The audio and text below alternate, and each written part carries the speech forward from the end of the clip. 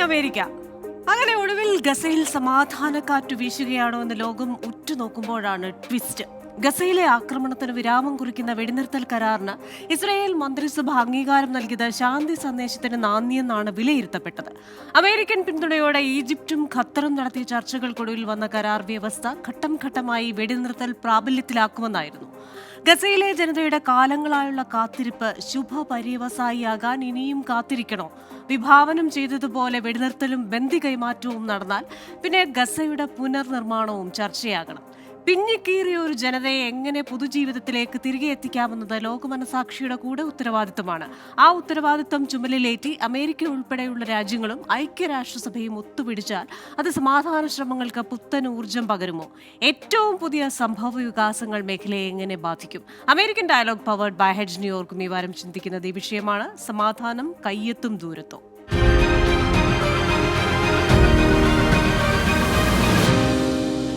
ഇന്നത്തെ എന്റെ അതിഥികൾ അമേരിക്കൻ രാഷ്ട്രീയ നിരീക്ഷകനും പ്രതിരോധ വിദഗ്ധനുമായ Varghese Thomas, Florida Lee County Republican Party committee മെമ്പറും കൺസർവേറ്റീവ് ആക്ടിവിസ്റ്റുമായ വിൻസെന്റ് സേവ്യർ പാലത്തിങ്കൽ, അമേരിക്കയിലെ KMCC പ്രസിഡന്റ് UA നസീർ എന്നിവരാണ്. എല്ലാ പ്രേക്ഷകർക്കും എല്ലാ അതിഥികൾക്കും American dialogue powered by hedge ന്യൂയോർക്കിലേക്ക് സ്വാഗതം.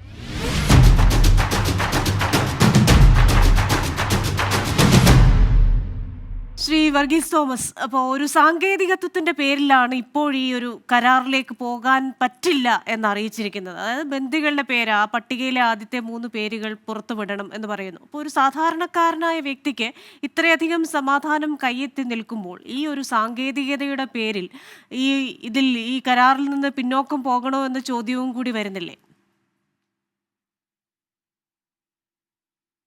കരാറിൽ ഏർപ്പെടുന്ന ഓരോ ഓരോ രാഷ്ട്രങ്ങൾ, ഓരോ ഓരോ വ്യക്തികൾക്ക്, ഓരോ സംഘടനയ്ക്കും രാഷ്ട്രത്തിനും ഒക്കെ അവരവരുടേതായിട്ടുള്ള ലക്ഷ്യങ്ങളുണ്ട്.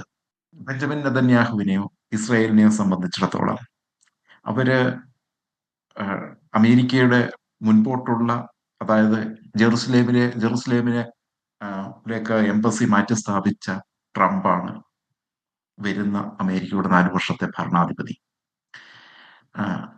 അതിനിടയിൽ എപ്പോഴൊക്കെയോ ഇസ്രായേൽ ചെറിയൊരു രാജ്യമാണ് എന്ന രീതിയിൽ ട്രംപ് പറയുകയും ചെയ്തു വെച്ചിട്ടുണ്ട്. അപ്പോൾ ഈ പിക്ചറിനപ്പുറത്ത് പിന്നീടുള്ളത് ഹമാസിന്റെ താല്പര്യമാണ്. ഹമാസിനെ ഏറ്റവും കൂടുതൽ ആൾക്കാരെ റിലീസ് ചെയ്ത് തിരിച്ചു കൊണ്ടുവരേണ്ടതുണ്ട്. ബെഞ്ചമിൻ നെതന്യാഹുവിന് 33 പേരെ റിലീസ് ചെയ്ത് തിരിച്ചു കൊണ്ടുവന്ന് അവരുടെ ആ റീജോയിനിങ്, ഫാമിലി റീജോയിനിങ്ങിന്റെ, അല്ലെങ്കിൽ അവരുടെ 33 ആൾക്കാരുടെ ജീവന് കൊടുക്കുന്ന വിലയാണ് ഈ പിക്ചറിലൂടെ ലോകത്തിന് മുൻപിലേക്ക് കാണിച്ചു കൊടുക്കാൻ പറ്റുന്നതെങ്കിൽ, ഹമാസിന് 46,000 പേര് നഷ്ടപ്പെട്ട കഴിഞ്ഞ ശേഷവും അവരുടെ ഐഡിയോളജിയിൽ, അവരുടെ മതവിശ്വാസത്തെ നമ്മൾ ആരും കുറ്റം പറയുന്നില്ല, പക്ഷെ അവരുടെ ഐഡിയോളജി, അത് തീവ്രമായ ആ വിശ്വാസത്തിന്റെ പേരിൽ ആൾക്കാരെ കൊന്ന് ആൾക്കാരുടെ ജീവൻ നഷ്ടപ്പെട്ടത് പോലും അല്ല ഞങ്ങളെ ഇപ്പോഴും ഭരിക്കുന്നത് എന്ന് പറയുന്ന ഒരു അഗ്രസീവ് മൈൻഡ് സെറ്റ് തന്നെയാണ് അവര്. അതിനെ റീവിസിറ്റ് ചെയ്യാൻ അവർ തയ്യാറാവുന്നില്ല എന്നിടത്താണ് അതിന്റെ ഖേദകരമായിട്ടുള്ള വസ്തുതയുള്ളത്. 33 പേരുടെ ജീവന്റെ വിലയായിട്ട് അവർക്ക് ഏകദേശം 1000-ലധികം ആൾക്കാരെ കിട്ടുന്ന ഒരു സാഹചര്യമുണ്ട്. എന്നിരുന്നാൽ പോലും അവരുടെ 3 പേർ, ഉള്ള ആൾക്കാരുടെ പേര് പബ്ലിഷ് ചെയ്യുകയും അത് അവർ അനുഭവിച്ച ദുഃഖങ്ങൾ കഴിഞ്ഞ ഏതാണ്ട് 400-ലധികം ദിവസങ്ങളായിട്ടല്ല 500-ലധികം ദിവസങ്ങളായിട്ട് അവരനുഭവിച്ച പ്രശ്നങ്ങളെ ഒന്ന് അഡ്രസ്സ് ചെയ്യുന്നതിനോ അല്ല ഹമാസിന്റെ താല്പര്യം. അവരുടെ താല്പര്യം, അവര് ഇതുവരെയും ഒന്നും പഠിച്ചിട്ടില്ല, അല്ലെങ്കിൽ അവരുടെ ആ മാനസികാവസ്ഥ മാറാതെ ഏതെങ്കിലും തരത്തിലുള്ള ശുഭസൂചകമായ, ലോങ് ടേമിൽ ഏതെങ്കിലും തരത്തിലുള്ള ശുഭസൂചകമായ ലക്ഷണങ്ങൾ ഈ കരാറിൽ നിന്ന് പ്രതീക്ഷിക്കാൻ സാധിക്കില്ല. ട്രംപിന്റെ താല്പര്യങ്ങൾ ഇസ്രായേലിന് അങ്ങേയറ്റം അനുകൂലമാണ് എന്നുള്ളത് നെതന്യാഹുവിന് അറിയുകയും ചെയ്യാം. അപ്പോൾ ആ ഒരു സാഹചര്യത്തില് ട്രംപ് പിണക്കാതെ തന്നെ, മുന്നോട്ടുള്ള അഡ്മിനിസ്ട്രേഷൻ പിണക്കാതെ തൽക്കാലത്തേക്ക് അവരെ അനുസരിച്ച് പോകുന്ന ഒരു നിലപാടാണ് നെതന്യാഹു എടുക്കുന്നതെങ്കിലും അത് ഈ പറയുന്ന 6 ആഴ്ചയ്ക്ക് ശേഷം അത് ഏത് അവസ്ഥയിൽ എത്തിച്ചേരുമെന്നുള്ളത് കാണേണ്ടതുണ്ട്. രണ്ടുപേരുടെയും രാഷ്ട്രീയ താല്പര്യങ്ങൾ ഒന്നിച്ച് ഏത് തരത്തിലായിരിക്കും ഹമാസിനോട് പ്രതികരിക്കുന്നതെന്ന് കാണേണ്ടതുണ്ട്. ട്രംപ് ബിസിനസ്മാൻ്റെതായിട്ടുള്ള ഡീൽ നെഗോഷിയേഷനിലെ ടാറ്റിക്സുകളൊക്കെ പുറത്തെടുക്കുന്നുണ്ട്. രണ്ടുപേർക്കും ഓരോരുത്തരുടെ ഉദ്ദേശ ലക്ഷ്യങ്ങളിൽ അത്ര കാര്യമായിട്ടുള്ള പ്രശ്നങ്ങൾ ഉണ്ടാവുമെന്ന് തോന്നുന്നില്ല. നമുക്ക് ശുഭസൂചകമായിട്ട് തന്നെ ഫ്യൂച്ചർ ബെറ്റർ ആയിട്ട് തന്നെ നമുക്ക് പ്രതീക്ഷിക്കാമെന്നാണ് ഞാൻ വിശ്വസിക്കുന്നത്. ശരി, ശ്രീ UN നസീർ, ഈ കരാർ എങ്ങനെ സാധ്യമാകുമെന്നാണ് അങ്ങ് കരുതുന്നത്? ഈ കരാറിനെ സംബന്ധിച്ചിടത്തോളം പറയുകയാണെങ്കിൽ ആദ്യമായിട്ട് തുടങ്ങുന്നത് ലോസ് ആഞ്ചലസിലെ കാട്ടുതീയിലകപ്പെട്ട എല്ലാവരുടെയും സങ്കടത്തിൽ പങ്കുചേർന്നുകൊണ്ട് തുടങ്ങുകയാണ്. ഇപ്പോൾ ഒരു സമാധാനത്തിന്റെ കരാർ എന്നാണ് കഴിഞ്ഞ 15 മാസങ്ങൾക്ക് ശേഷം നമ്മളെല്ലാവരും പ്രതീക്ഷിച്ചുകൊണ്ടിരിക്കുന്നത്. പക്ഷേ എല്ലാവരുടെയും എൻ്റെ സുഹൃത്തുക്കളുടെ വിചാരം ഈ ഒക്ടോബർ 7-ാം തീയതി 2021 ഒക്ടോബർ 7-ാം തീയതിയാണ് പലസ്തീൻ ഇഷ്യൂ തുടങ്ങിയെന്നുള്ളതാണ്. അത് പതിറ്റാണ്ടുകളോളമായിട്ടുള്ള ഒരു വംശഹത്യ അല്ലെങ്കിൽ അധിനിവേശത്തിന്റെ പ്രശ്നമാണ് പലസ്തീൻ ഇഷ്യൂ. അതിന്റെ യഥാർത്ഥ കാരണത്തിലേക്ക് പോകാതെ ഒരു വിഭാഗം ആളുകളെ തീവ്രവാദികൾ എന്ന് പറഞ്ഞുകൊണ്ട് മുന്നോട്ട് പോയിട്ട് കാര്യമില്ല. ഒക്ടോബർ 7-ാം തീയതി ഹമാസ് ചെയ്ത് കൊടും ഭീകരതയാണ്. അത് ആരും ന്യായീകരിക്കുന്നില്ല, കടുത്ത തെറ്റ് തന്നെയാണ്. 1200ഓളം ആളുകളെ കൊന്നുപോയി. അത് വളരെ തെറ്റായ കാരണം തന്നെയാണ്. പക്ഷേ അതിന്റെ പേരിൽ കഴിഞ്ഞ 15 മാസങ്ങളായി എത്ര ലക്ഷക്കണക്കിന് കുട്ടികളും സ്ത്രീകളുമാണ് ഇപ്പോഴും പരിക്കുപറ്റി കിടക്കുന്നത്. 50,000-ലധികം ആളുകൾക്ക് മരണം അടഞ്ഞു പോയി. ലോക മനസാക്ഷി കണ്ടതിൽ വെച്ച, ഈ നൂറ്റാണ്ട് കണ്ടതിൽ വെച്ച ഏറ്റവും വലിയ മനുഷ്യക്കുരുതിയാണ് ഇവിടെ കണ്ടുകൊണ്ടിരുന്നത്. ഇതിലിപ്പം നമ്മുടെ പ്രസിഡന്റ് ബൈഡൻ ആയാലും, ബൈഡൻ ലോക മനസാക്ഷിയുടെ മുമ്പിൽ ഇത്രയധികം ക്രൂരതമായി അടിച്ചമർത്തപ്പെട്ടത് നിർവികാരതയോടുകൂടി നോക്കി, അല്ലെങ്കിൽ നിസ്സഹായതയോട് നോക്കിക്കണ്ട ഒരു പ്രസിഡന്റ് ആയിട്ടാണ് ചിലപ്പോൾ അറിയപ്പെടുക. അവസാന നിമിഷം ഇങ്ങനെ ഒരു കരാറിന് മുൻകൈ എടുത്തെങ്കിൽ കൂടി അതേപോലെ തന്നെയാണ് ഈ ഇപ്പം ട്രംപിനെ കുറിച്ച്. ട്രംപിന്റെ വീരപരിവേഷമൊന്നുമല്ല. ട്രംപിനെ സംബന്ധിച്ചിടത്തോളം അദ്ദേഹം ഒരു സക്സസ്ഫുൾ ബിസിനസ്മാനാണ്. അദ്ദേഹത്തിന്റെ മിഡിൽ ഈസ്റ്റിൽ, മധ്യേഷ്യയിൽ അദ്ദേഹത്തിൻ്റെതായ ബിസിനസ് ഇൻട്രസ്റ്റുകളുണ്ട്. അതിന് കഴിഞ്ഞിട്ടുള്ള രാഷ്ട്രീയമായി അല്ലെങ്കിൽ അന്താരാഷ്ട്ര പ്രശ്നങ്ങളെ അദ്ദേഹത്തിന്റെ കീഴിലുള്ളൂ എന്നാണ് ഇതിനെ കുറിച്ച് മനസ്സിലാക്കുന്ന എല്ലാ ആളുകൾക്കും അറിയാവുന്ന ഒരു വസ്തുതയാണ്. ഏതായാലും ഈ ഇത്രയും കൊടും ക്രൂരത കഴിഞ്ഞ 1.5 കൊല്ലം നടന്നു. അതിനുള്ളിൽ ഇസ്രായേൽ ഏറ്റവും വലിയ ശക്തിയാണ്. സൈനികമായിട്ടും സാങ്കേതികമായിട്ടും അമേരിക്കയുടെ എല്ലാ ശക്തിയോടും കൂടിയാണ് അവിടെ ആഞ്ഞടിച്ചത്. ഹിസ്ബുള്ളയെ ഒരു വഴിക്കാക്കിയിട്ടുണ്ട്. ഇറാനെ താക്കീത് കൊടുത്തിട്ടുണ്ട്. ഇതിന്റെ നേതാക്കളെ എല്ലാം കൊന്നിട്ടുണ്ട്. പക്ഷേ ഹമാസിന് മുമ്പിൽ ഇസ്രായേൽ മുട്ടുമടക്കി എന്നുള്ളതാണ് യാഥാർത്ഥ്യം. അത് ലോകം മുഴുവൻ അറിഞ്ഞ് മനസ്സിലാക്കിക്കൊണ്ട് ചർച്ച ചെയ്തുകൊണ്ടിരിക്കുന്ന ഒരു വസ്തുതയാണ്. ഇതിന് പിന്നെ 3 കാരണത്താലാണ് ഈ യുദ്ധം തുടങ്ങിയത് ഒക്ടോബർ 7-ന് ശേഷം. 1, ബന്ദികളെ മോചിപ്പിക്കുക. 2, അതുപോലെ ഹമാസിനെ എന്നേക്കുമായി തുടച്ചു നീക്കുക. അതുപോലെ ഈ ഇസ്രായേലിനെതിരെയുള്ള പ്രതിരോധം കാലാകാലം ആയിട്ടുള്ള ഈ ഗാസ മുഴുവൻ തുടച്ചു നീക്കി എല്ലാവരും കൊന്നൊടുക്കുക എന്നുള്ളതാണ് ഉദ്ദേശിച്ചിരുന്നത്.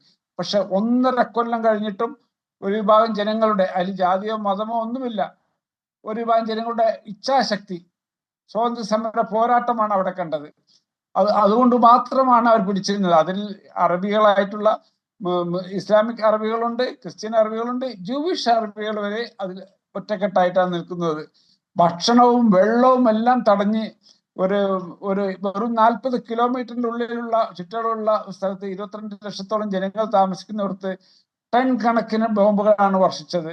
സ്കൂൾ കെട്ടിടങ്ങളും ആശുപത്രികളും കുഞ്ഞുങ്ങളും സ്ത്രീകളും അടക്കം കൊല ചെയ്യപ്പെട്ടിട്ടും ലോക മനസാക്ഷിയിൽ ലോകത്ത് മുഴുവൻ അതിന് പ്രതിഷേധം ഉണ്ടായി എന്നുള്ളത് നമ്മുടെ അമേരിക്കയിലടക്കം യൂണിവേഴ്സിറ്റികളിലും എല്ലാ തലങ്ങളിലും അതിന് തക്കതായ പ്രതിഷേധം ഉണ്ടായി. നമുക്കറിയാം, ബൈഡന്റെ സ്ഥാനാർത്ഥിയായിട്ടുള്ള കമലാ ഹാരിസ് തോറ്റത് തന്നെ ഈ ഒരു ഇഷ്യൂ എന്നുള്ള കാര്യത്തിൽ ആർക്കും സംശയമില്ല. വിൻസൻ, ഈ ശ്രീ UN നസീർ പറഞ്ഞത് അങ്ങ് കേട്ട് കാണുമല്ലോ. ട്രംപ് വരും, എല്ലാം ശരിയാകും എന്നങ്ങ് പറയുമ്പോഴും ഈ ട്രംപ് ഒരു സീസൺഡ് പൊളിറ്റീഷ്യൻ എന്നതിനുപരി ഒരു സീസൺ ബിസിനസ്സുകാരനാണ്. അദ്ദേഹത്തിന് ബിസിനസ് ലക്ഷ്യങ്ങളുണ്ട്. അപ്പോൾ അദ്ദേഹം ഉന്നയിച്ച കുറേ ആരോപണങ്ങളും കേട്ടിട്ടുണ്ടല്ലോ. എന്താണ് മറുപടി? അപ്പം ഈ അദ്ദേഹത്തിന് ബിസിനസ് ലക്ഷ്യങ്ങൾ എന്നൊക്കെ പറഞ്ഞാൽ 80 വയസ്സായിട്ട് ഇരിക്കുന്ന ഒരു മനുഷ്യൻ, ഒരു ബില്യനെയർ. അദ്ദേഹത്തിന്റെ മക്കളെല്ലാം വളരെ ഭംഗിയായിട്ട് ബിസിനസ് ചെയ്യുന്നു. ലോകം മുഴുവൻ ഹോട്ടലുകളൊക്കെ ഉള്ളൊരു മനുഷ്യൻ. അങ്ങേര് ഈ ഒരു ഇത്രയും വളരെ മാനുഷികമായിട്ട് ഇത്രയും വേദന അനുഭവിക്കുന്ന മനുഷ്യരുടെ ഇടയിൽ ബിസിനസ്സിന് വേണ്ടി മാത്രം ഇത് ചെയ്യുന്നു എന്ന് പറയുന്നത് വളരെ ബാലിശമായിട്ടുള്ള ആർഗ്യുമെന്റ് ആണ്. അപ്പോൾ നമ്മളത് ഒരു റിയലിസ്റ്റിക് ആയിട്ട് ചിന്തിക്കുക. എന്തുകൊണ്ട് കുറെ പേര് ഇസ്രായേലിനെ സപ്പോർട്ട് ചെയ്യുന്നു, എന്തുകൊണ്ട് കുറെ പേര് ഹമാസിനെ സപ്പോർട്ട് ചെയ്യുന്നു എന്ന് നമ്മൾ റിയലിസ്റ്റിക് ആയിട്ട് ചിന്തിച്ചാൽ നമുക്ക് ഇതിനകത്ത് കാണാൻ പറ്റുന്ന ഒരു മെയിൻ പോയിന്റ്, ഈ അമേരിക്കയും ബ്രിട്ടനും എല്ലാം കൂടി, ഞാൻ ഇതിനു കൂടെ പറഞ്ഞിട്ടുള്ളതാണ്, ഈ ഇസ്രയേൽ എന്ന് പറയുന്ന രാജ്യം ഉണ്ടാക്കിയപ്പോൾ അത് ഒരു ലോകത്തിന്റെ ഒരു ന്യായമായിട്ട് അംഗീകരിച്ച ആൾക്കാരാണ് ഇസ്രായേലിനെ സപ്പോർട്ട് ചെയ്യുന്നത്. അപ്പൊ അതിനെ ഇനി ചലഞ്ച് ചെയ്തൊരു കാര്യമില്ല. അതിന് ഓഫ് കോഴ്സ് ഹിസ്റ്റോറിക് റീസൺസ് ഉണ്ടാവാം. അതല്ല നമ്മുടെ ഇന്നത്തെ ചർച്ചാ വിഷയം. ആ ചർച്ചയുടെ അതിന്റെ സമയം കഴിഞ്ഞു, ഇപ്പോൾ വർഷങ്ങൾ, പതിറ്റാണ്ടുകൾ കഴിഞ്ഞു പോയ ഒരു സംഭവം. അപ്പൊ ഇസ്രായേൽ അവിടെ എക്സിസ്റ്റ് ചെയ്തേ പറ്റുള്ളൂ എന്ന് ഹമാസും ബാക്കിയുള്ള ഹിസ്ബുള്ളയും അങ്ങനത്തെ ഓർഗനൈസേഷൻസും അംഗീകരിച്ചു കഴിഞ്ഞാൽ തീരാവുന്ന പ്രശ്നങ്ങൾ അവിടെ ഉള്ളൂ. അപ്പോൾ അത് 2 സ്റ്റേറ്റ് സൊല്യൂഷൻ വേണോ, 1 സ്റ്റേറ്റ് തന്നെ വേണോ, ഒന്നിച്ച് ജീവിക്കണോ, ഇതെല്ലാം അവർക്ക് തീരുമാനിക്കാം. പക്ഷേ ഇസ്രായേലിന് എക്സിസ്റ്റ് ചെയ്യാൻ പാടില്ല, ഇസ്രായേൽ എക്സിസ്റ്റ് ചെയ്യരുത് എന്ന് പറഞ്ഞിട്ടുള്ള രീതിയിൽ അവരുടെ അടുത്ത ജനറേഷനെയും പഠിപ്പിക്കുകയും അവർക്കെതിരെ പണ്ട് കല്ലെറിഞ്ഞുകൊണ്ടിരുന്നവർ ഇപ്പോൾ ബോംബ് എറിയുന്ന സിറ്റുവേഷനിലേക്ക് എത്തുകയൊക്കെ ചെയ്യുമ്പം ഡെഫിനറ്റ്ലി അതിന് റിപ്പർക്കഷൻസ് ഉണ്ടാവും. ലോകത്തിന് ന്യായം എടുത്തു കഴിഞ്ഞാൽ ആരും എല്ലാവരും ഇപ്പൊ ജീവിക്കുന്ന സ്ഥലത്ത് അവരുടെ പരമ്പരാഗതമായിട്ട് അവിടെ ജനിച്ചു വളർന്നു വരുന്നതല്ല. ഇപ്പൊ നമ്മുടെ കേരളത്തിൽ എടുത്തു കഴിഞ്ഞാൽ ആയിരക്കണക്കിന് വർഷങ്ങൾ പുറകോട്ട് പോയി കഴിഞ്ഞാൽ നമ്മൾ എല്ലാവരോടും വന്ന് താമസിക്കുന്നവരാണ്. അവിടെ കേരളം നമ്മുടെ സ്വന്തമാണെന്ന് പറയാനുള്ള അവകാശം ഷെഡ്യൂൾഡ് കാസ്റ്റുകൾക്കും ഷെഡ്യൂൾഡ് ട്രൈബുകൾക്കും മാത്രമേ ഉള്ളൂ. അപ്പോൾ ഇത് ലോകത്തിന്റെ ഒരു ന്യായമാണ്. ലോകത്തിൽ നമ്മൾ എസ്റ്റാബ്ലിഷ് ചെയ്ത ഫാക്ട്സ് എല്ലാം പോയി തിരിച്ചു മാറ്റാനായിട്ടുള്ളൊരു ശ്രമം, അതും അക്രമത്തിന്റെ പാതയിൽ നടത്തി കഴിഞ്ഞാൽ അതിന്റെ റിപ്പർക്കഷൻസ് ഉണ്ടാവും. അപ്പം അമേരിക്ക അതിന്റെ കൂടെ നിൽക്കും. അമേരിക്കയുടെയും കൂടി ഒത്താശയോടുകൂടിയാണ് ഇസ്രായേൽ ഉണ്ടായത്. അപ്പൊ ഇസ്രായേലിനെ നിലനിർത്താനുള്ള ഭാഗത്തെ അമേരിക്ക നിൽക്കുകയുള്ളൂ. എല്ലാവരും ആഗ്രഹിക്കുന്ന ഒരു മോഡേൺ വേ ഓഫ് ലൈഫാണ്. അപ്പൊ അതിന് ഒത്താശ ചെയ്യുന്ന രാജ്യങ്ങൾ, അതിന് ഉള്ള വഴി അടച്ചുപൂട്ടാത്ത രാജ്യങ്ങളാണ് നമ്മളെ നയിക്കേണ്ടത്. അപ്പൊ അമേരിക്ക ആയാലും ഇസ്രായേൽ ആയാലും ഹിസ്ബുള്ള ആയാലും അത് ചിന്തിക്കുക. ഇപ്പോ ഈ മുസ്ലിം സമുദായത്തിൽ കാര്യമായ ഒരു വളരെ ചെറിയൊരു പെർസെൻറ്റേജ് ആണ് ഈ ഹിസ്ബുള്ള പറയുന്ന പോലെയോ അല്ലെങ്കിൽ ഹമാസ് പറഞ്ഞതുപോലെയോ അവരുടെ ഭാവി ജീവിതമായിരിക്കണമെന്ന് ആഗ്രഹിക്കുന്നത്. അവരെല്ലാവരും ആഗ്രഹിക്കുന്നത് മോഡേൺ വേ ഓഫ് ലൈഫാണ്, ബാക്കി എല്ലാവരെയും പോലെ തന്നെ. അപ്പൊ ആ ഒരു ഫാക്ട് നമ്മൾ അംഗീകരിച്ചാൽ, ആ ഫാക്ടിനെ ബേസ് ചെയ്തുകൊണ്ട് നമ്മളിതിനകത്ത് സൈഡ് ചേരൽ തീരുമാനിച്ചാൽ ഡെഫിനറ്റ്ലി എല്ലാവരും ഇസ്രായേലിന്റെ കൂടെ തന്നെ നിൽക്കും. ബിക്കോസ് ഹമാസിന്റെ പാത അക്രമത്തിന്റെ പാതയാണ്. 1500-2000 വർഷം മുമ്പ് നമ്മൾ എങ്ങനെ ജീവിച്ചിരുന്നോ ആ സമയത്തേക്ക് നമ്മൾ കൊണ്ടുപോകുന്ന പാതയാണ്. ആ പാതയല്ല നമുക്ക് വേണ്ടത്. മനുഷ്യരായിട്ട് ജീവിക്കണം, എല്ലാ മതങ്ങൾക്കും സ്ഥലം വേണം, എല്ലാ മതങ്ങൾക്കും സ്ഥാനം വേണം, എല്ലാ മനുഷ്യർക്കും ജീവിക്കാനും വളരാനുള്ള സാഹചര്യങ്ങൾ വേണം. അത് മോഡേൺ രീതിയിൽ ജീവിക്കാനുള്ള സാഹചര്യങ്ങൾ വേണം.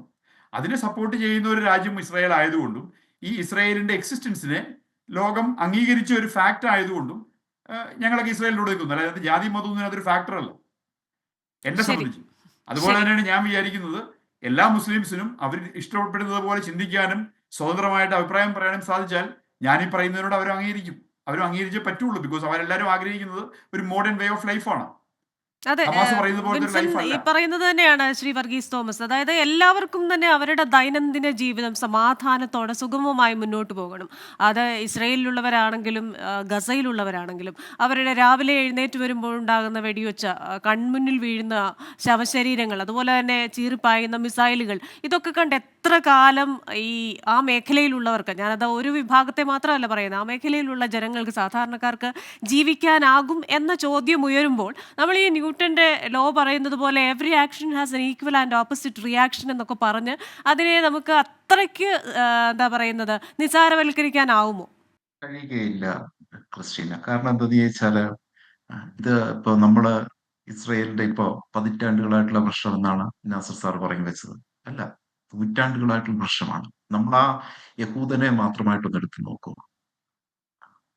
ഓരോ ചരിത്രത്തിന്റെ ഓരോ കാലഘട്ടത്തിലും ഓരോ സ്ഥലങ്ങളിലായിട്ട് ഓടിപ്പോയി ചിതറിപ്പിക്കപ്പെട്ടു പോയ ഒരു ജനം. അവരുടേതായിട്ടുള്ള ഒരു രാജ്യം അവർക്ക് വേണം, അല്ലെങ്കിൽ അവരുടേതായിട്ടുള്ള ഒരു എക്സിസ്റ്റൻസ് അവർക്ക് വേണം എന്ന ആഗ്രഹത്തോടു കൂടി അവരവിടെ എത്തും. അതിന് എല്ലാ അർത്ഥത്തിലും അതിലുള്ള പ്രശ്നങ്ങളാണ് അവർ ഫേസ് ചെയ്തുകൊണ്ടിരിക്കുന്നത്. ഇപ്പോ നമ്മൾ ഇപ്പോഴത്തെ ഒരു ചുറ്റുപാട്ട് രണ്ട് സൈഡും എടുത്തിട്ടുള്ള നിലപാടുകളിൽ അവരുടെ യഹൂദന്റെ 33 അല്ലെങ്കിൽ അവരുടെ രാജ്യത്തോട് ചേർന്ന് നിൽക്കുന്ന 33 പേരുടെ ജീവന് വേണ്ടിയിട്ട് 1000-ലധികം ആൾക്കാരെ വിട്ടുകൊടുക്കാനും തയ്യാറാണ്. അവരെ ആ 33 പേരില് കണ്ടെത്തുന്നത് സന്തോഷമാണ്. അവർ ആ 33 പേരിൽ കണ്ടെത്തുന്നത് ജീവിതമാണ്. എതിർവശം ഈ 1000 പേരെ മറയാണ്. അവരുടെ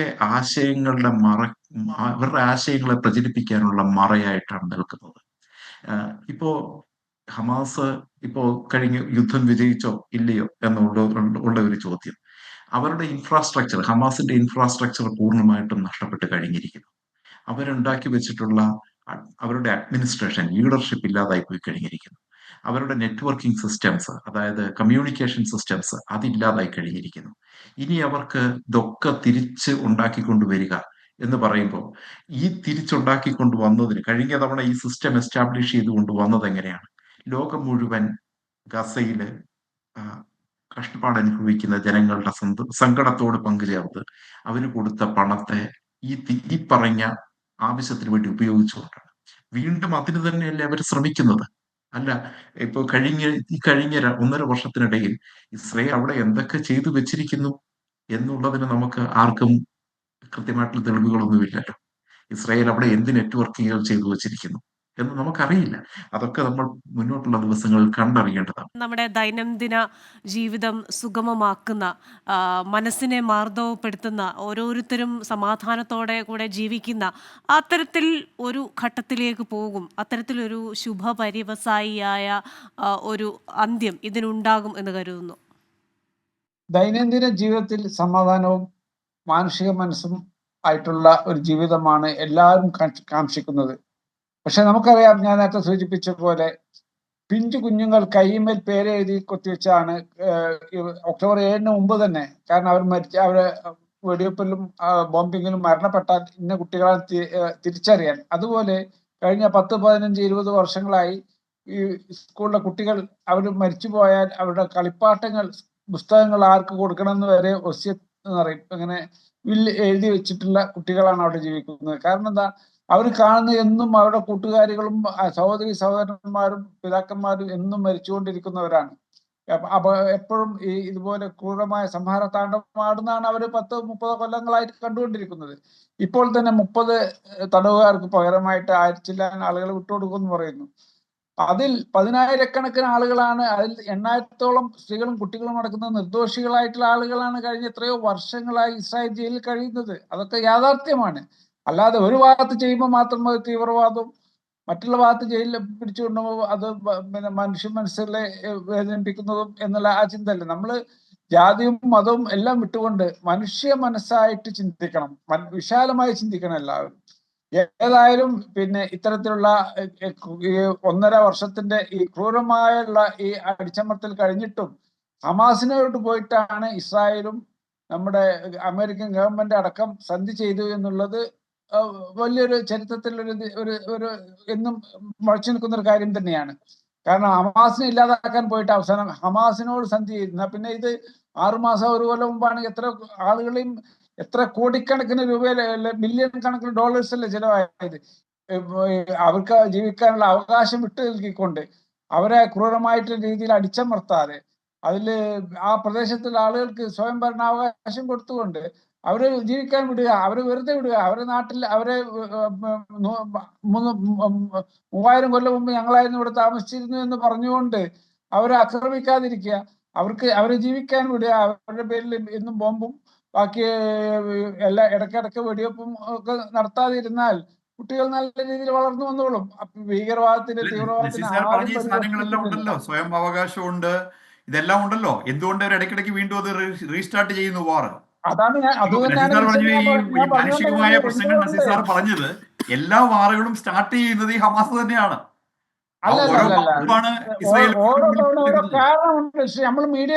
കാരണം എന്ന് പറയുന്നത് എന്താണ്? ഒരു സെക്കൻഡ് ഒന്ന് പറയട്ടെ. കാരണം എന്ന് പറയുന്നത് ഇസ്രായേൽ എന്ന് പറയുന്ന രാജ്യത്തിന് എക്സിസ്റ്റ് ചെയ്യാൻ, ഇപ്പൊ നസീർ സാർ പറഞ്ഞു അവർക്ക് സ്വയംഭരണാവകാശം കൊടുത്ത് രണ്ടുപേരും കൂടി കോ എക്സിസ്റ്റ് ചെയ്യുന്ന ഒരു ഫിലോസഫി പറഞ്ഞു. അത് പക്ഷെ ഹമാസ് അംഗീകരിക്കുന്നില്ലല്ലോ. അവരെ കൊണ്ട് അത് അംഗീകരിപ്പിച്ചാൽ എല്ലാരും കൂടി ഇരുന്ന് ആലോചിച്ച് അല്ലെ, അതിന് എത്ര പ്രാവശ്യം ശ്രമിക്കും, പക്ഷെ അപ്പോഴെല്ലാം അത് തുരങ്കം വെക്കുന്നത് ഹമാസാണ്. അല്ല, അങ്ങനെയല്ല. ഞാനിപ്പോ പറഞ്ഞു ഒക്ടോബർ 7-ാം തീയതി ഹമാസ് ചെയ്ത് കൊടുക്കൂല തെറ്റാണ്.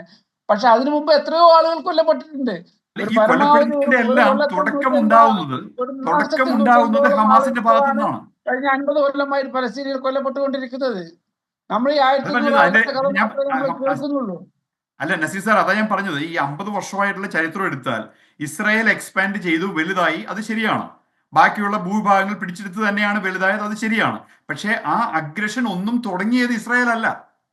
ഈ ഹിസ്റ്ററി പഠിച്ചിട്ട് തന്നെ പറയുന്നത് ശ്രീ അല്ല, വർഗീസ് ഇതെല്ലാം തോമസ് കൂടെ എന്തോ കഴിയുമ്പോൾ പറയണം എന്ന് പറയുന്നു. പെട്ടെന്ന് പറഞ്ഞിട്ട് നമുക്ക് സമയപരിമിതിയുണ്ട്, പെട്ടെന്ന് നിർത്തേണ്ടതായിട്ടുണ്ട്. ശ്രീ ഇപ്പോഴും വർഗീസ് തോമസ്. ഇസ്രായേൽ വികസിപ്പിച്ചുകൊണ്ടിരിക്കാൻ വേണ്ടിയുള്ള ശ്രമങ്ങളാണ് ചുറ്റുവട്ടത്തുള്ള പ്രദേശങ്ങളിലേക്ക് നടന്നുകൊണ്ടിരിക്കുന്നത്.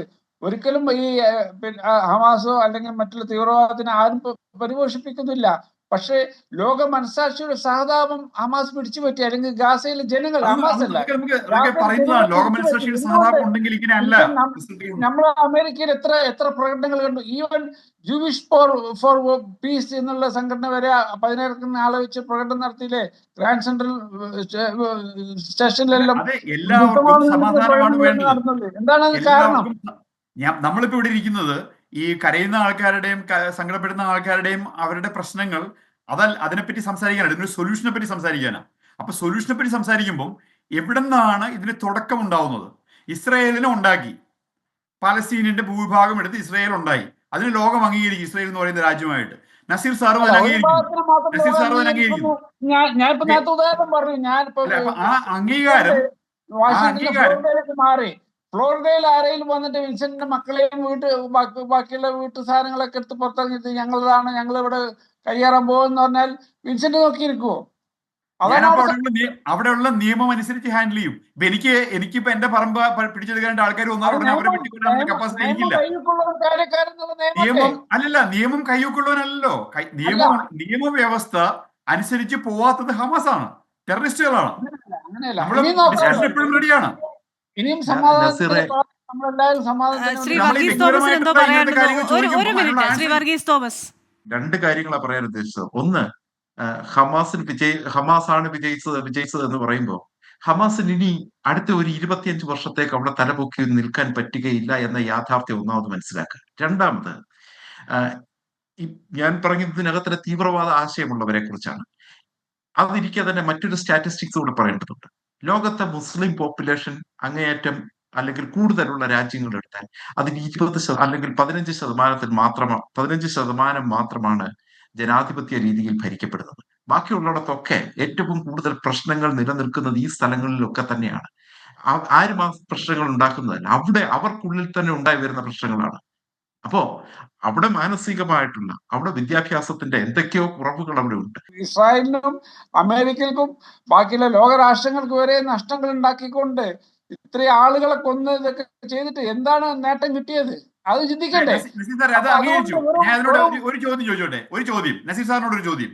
ഈ ലോകത്തിലുള്ള മുസ്ലിം ജനവിഭാഗത്തിൽ എടുത്തു കഴിഞ്ഞാൽ അതിന്റെ പേര് ഇസ്ലാമിക രാഷ്ട്രങ്ങളൊന്നും പിന്തുണച്ചിട്ടില്ല. അല്ല, ഈ ഇസ്ലാമിക മനുഷ്യ മനസ്സുള്ള ആളുകൾ, നിങ്ങൾക്കറിയാമോ കഴിഞ്ഞ ക്രിസ്മസിന് ചർച്ച ഇവിടെ അവസാനിപ്പിക്കേണ്ടതായിട്ടുണ്ട്. കാരണം നമ്മുടെ സമയം പൂർണ്ണമാവുകയാണ്. കൂടുതൽ സമയം നമുക്ക് തരാൻ ഇല്ല. പക്ഷെ ഒരു കാര്യം വളരെ വ്യക്തമായി ഞാൻ പറയാൻ ആഗ്രഹിക്കുന്നു. മതം ഏതായാലും ആ മതത്തിന്റെ അടിസ്ഥാനത്തിൽ ഇന്ന മതത്തിൽപ്പെട്ടവർ അക്രമികളാണ്. അതിപ്പോ ഹിന്ദു ആയിക്കൊള്ളട്ടെ, ക്രിസ്ത്യൻ ആയിക്കൊള്ളട്ടെ, പാഴ്സി ആയിക്കൊള്ളട്ടെ, സിഖ് ആയിക്കൊള്ളട്ടെ, ഇസ്ലാം ആയിക്കൊള്ളട്ടെ, അക്രമികൾ അല്ലെങ്കിൽ ആക്രമണം, തീവ്രവാദം ഇതൊക്കെ എന്ന് പറയുന്നത് മലീമസമായ മനസ്സുള്ള വ്യക്തികൾ, അത് ഏത് മതത്തിൽപ്പെട്ടവരായെങ്കിലും അത് അങ്ങനെയാണത്. അല്ലാതെ അത് ഇന്ന മതത്തിലുള്ളവർ, കാരണം എത്രയോ നല്ല മനുഷ്യർ എല്ലാ മതത്തിലും ഉണ്ട്. ഈ അടിച്ചമർത്തലിന് എല്ലാ ആളുകളും ഇപ്പൊ നമ്മുടെ അമേരിക്കയിലടക്കം എത്ര പ്രകടനങ്ങൾ നടന്നു. അവരാരും ഇസ്ലാമിക വിശ്വാസികളായിട്ടല്ലല്ലോ. അതിൽ 90% പ്രകടനക്കാരുണ്ടായിരുന്നത് ജൂയിഷ് ക്രിസ്ത്യൻ സഹോദരന്മാരുണ്ടായിരുന്നത് നിങ്ങൾ കണ്ണിൽ കണ്ടതല്ലേ. 1.5-2 ലക്ഷത്തോളം ആളുകളുടെ പ്രകടനമല്ലേ വൈറ്റ് ഹൗസിന് മുമ്പിൽ നടന്നത്. അതൊന്നും ഇസ്ലാമിക തീവ്രവാദികൾ നടത്തിയ പ്രകടനമല്ലല്ലോ. അപ്പോ അതിൽ നിന്ന് തന്നെ മനസ്സിലാക്കേണ്ട കാര്യം, ഞങ്ങളൊക്കെ ചേരുകയാണ്. നിങ്ങളുടെ ന്യായമായിട്ടുള്ള ആവശ്യങ്ങളോട് ഞങ്ങളൊക്കെ ചേരുകയാണ്. അതോട് ചേർന്ന് നിൽക്കാൻ ഞങ്ങൾ തയ്യാറാണ്. പക്ഷേ അതിനുള്ളിലുള്ള ഒരു ചെറിയ പെർസെന്റേജ്, 10%, ആ 10% എങ്ങനെയാണ് നിങ്ങളുടെ 100%ത്തെയും? എനിക്കിതിൽ വിയോജിപ്പുള്ളത് നമ്മൾ ആ ഒരു ചർച്ചയിലേക്കല്ല പോകേണ്ടത്. കാരണം ഇവിടെ ഇരിക്കുന്ന ഒരു വ്യക്തി ആ വ്യക്തി മതത്തെ റെപ്രസെന്റ് ചെയ്തിട്ടല്ല വന്നത്. അതുകൊണ്ട് തന്നെ ചർച്ച ആ രീതിയിൽ പോകാൻ ഞാൻ ആഗ്രഹിക്കുന്നില്ല. നമ്മൾ ഓരോരുത്തരും ചർച്ച ചെയ്യുന്ന വിഷയം എന്ന് പറഞ്ഞാൽ വിശാലമായ ഒരു വിഷയമാണ്.